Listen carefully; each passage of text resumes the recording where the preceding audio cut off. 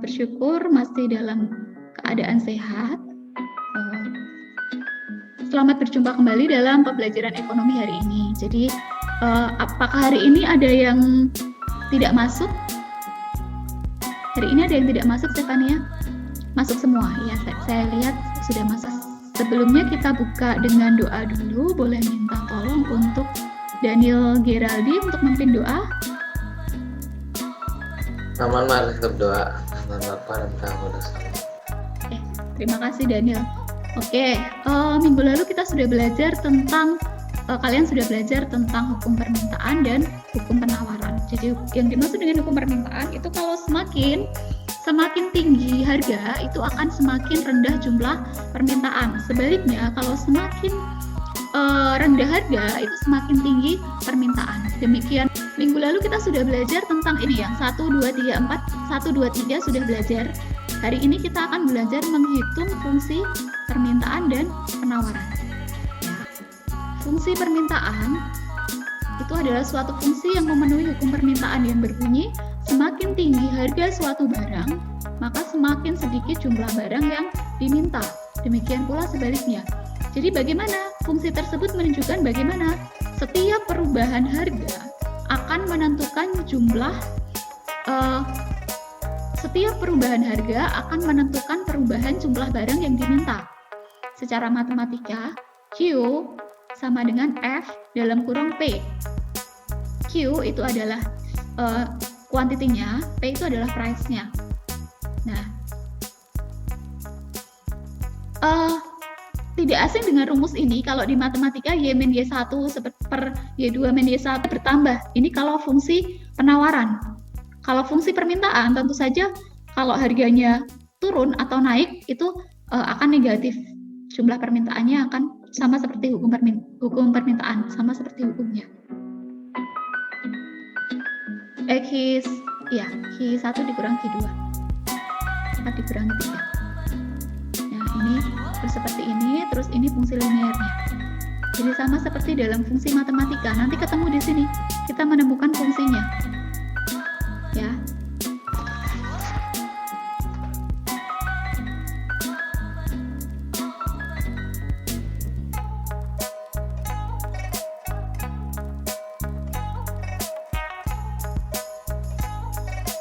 Untuk lebih memahami, sekarang saya mau sekarang silakan nanti setelah ini saya breakout room lagi seperti biasa. Oke deh.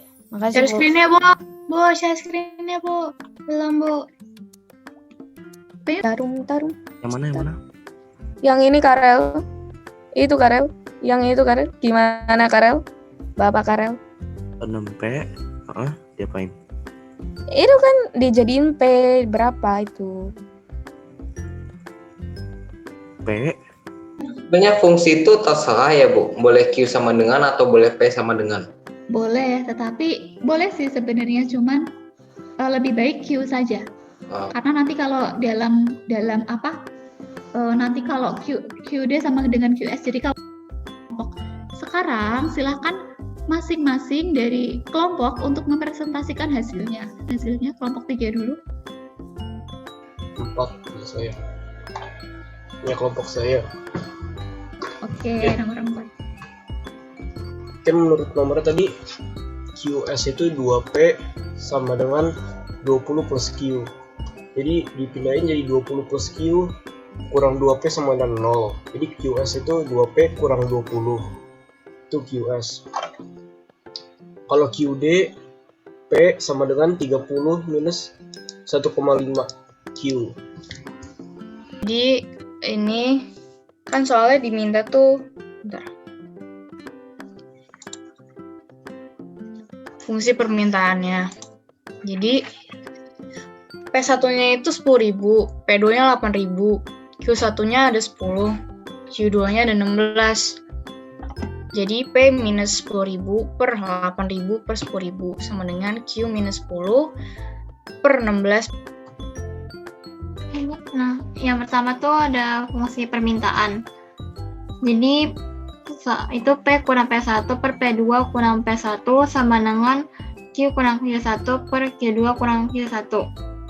P P kurang 10.000 per 8.000 kurang 10.000 sama dengan Q kurang 10 per 16 kurang 10. Habis itu P kurang 10.000 per min 2.000 sama dengan Q kurang 10 per 6. Itu dikali silang jadi 6P kurang 60.000. Nah, setelah ini nanti silahkan diperbaiki, masih ada waktu sampai besok. Jadi, saya tunggu pengumpulannya maksimal adalah besok. Besok lognya jam 12 sepertinya sudah ada di Google Classroom-nya. Jadi nanti setelah ini silahkan nanti malam atau nanti sore setelah pulang sekolah silahkan dibetulkan bagi yang belum benar. Langkah-langkahnya yang sudah hampir benar dari 3 kelompok itu adalah kelompok 1 dari kelompoknya Stella Ivana. Hanya yang nomor 3 itu hanya kurang teliti sedikit, yang Q sama dengan 0,5P min 10. Nah, terus nomor 4 itu tadi kelompoknya Bonaventura sudah betul step-stepnya, tetapi masih ada kesalahan dalam hal angkanya, sama kurang teliti juga menurut saya. Jadi nanti silakan dicermati, dikerjakan secara teliti. Ini kesimpulannya kita sudah belajar apa sih? Stella Ivana, hari ini kita sudah belajar apa? Cara cari fungsi permintaan sama fungsi penawaran. Ya, cara mencari fungsi permintaan dan fungsi penawaran. Nah, menurut depan kita mau belajar tentang apa sih? Tetap semangat karena minggu depan kita masih akan belajar tentang aplikasi juga. Jadi kalau hari ini kita sudah belajar gimana mencari fungsi, gimana mencari harga keseimbangan dengan fungsi permintaan dan fungsi penawaran, penerapan di rumusnya. Minggu depan kita akan belajar tentang elastisitas permintaan dan penawaran. Kita buka dengan doa. Kita tutup dengan doa juga. Flan boleh minta tolong untuk menutup pelajaran ekonomi hari ini dengan doa.